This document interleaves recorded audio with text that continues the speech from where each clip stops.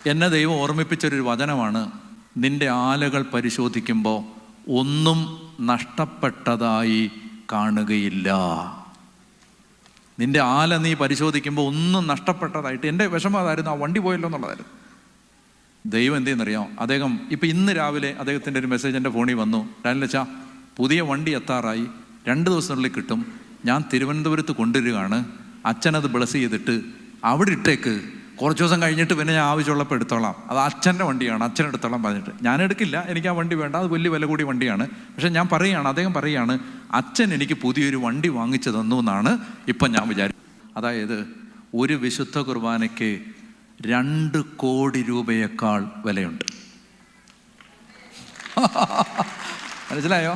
അതായത് ഒരു വിശുദ്ധ കുർബാനയ്ക്ക് മനസ്സിലായി, ഒറ്റ ഇൻസ്റ്റൻസിൽ ഒരു കുർബാന അന്ന് അർപ്പിക്കാൻ ഈശോ തലേന്ന് രാത്രി കൺവെൻഷന് പ്രസംഗിച്ചുകൊണ്ട് ഓർപ്പിക്കുകയാണ്, കുർബാന അർപ്പിക്കാതെ പോകരുത്, പോകരുത്, പോകരുത്, പോകരുത്. എൻ്റെ ഓട്ടോഗ്രാഫാണിത്, നിങ്ങൾ വിശുദ്ധ കുർബാന മുടക്കരുത്.